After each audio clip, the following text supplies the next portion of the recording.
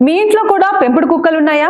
అవి మిమ్మల్ని ప్రేమతో చేతులపై నాకడం, వాటి సలైవా అంటించడం జరుగుతుందా? అయితే ఈ వార్త మీరు ఖచ్చితంగా వినాల్సిందే.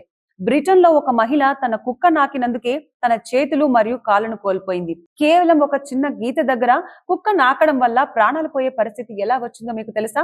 అది తెలియాలంటే ఈ వీడియోను చివరి వరకు చూడండి. యూకేకి చెందిన షెరోన్ అనే మహిళ తన కుక్కతో ఆడుకుంటున్నప్పుడు ఆమె చేతిపై ఉన్న చిన్న గాయంపై అది నాకింది.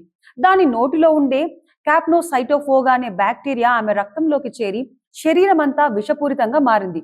దీని వల్ల ఆమెకు సెప్సిస్ అనే భయంకరమైన ఇన్ఫెక్షన్ సోకింది. రక్తం గడ్డకట్టడం వల్ల కాళ్ళు చేతులకు రక్త ప్రసరణ ఆగిపోయి అవి మొద్దుబారిపోయాయి. చివరికి ఆమె ప్రాణం కాపాడడానికి డాక్టర్లు ఆమె 4 అవయవాలను తొలగించాల్సి వచ్చింది. కుక్కలు మన నేస్తాలే, కానీ వాటి లాలాజలంలో ఉండే బ్యాక్టీరియా మన రక్తంలోకి చేరితే చాలా ప్రమాదం. ముఖ్యంగా మీకు ఏవైనా గాయాలు, గీతలు ఉన్నప్పుడు కుక్కలను నాకనివ్వకండి.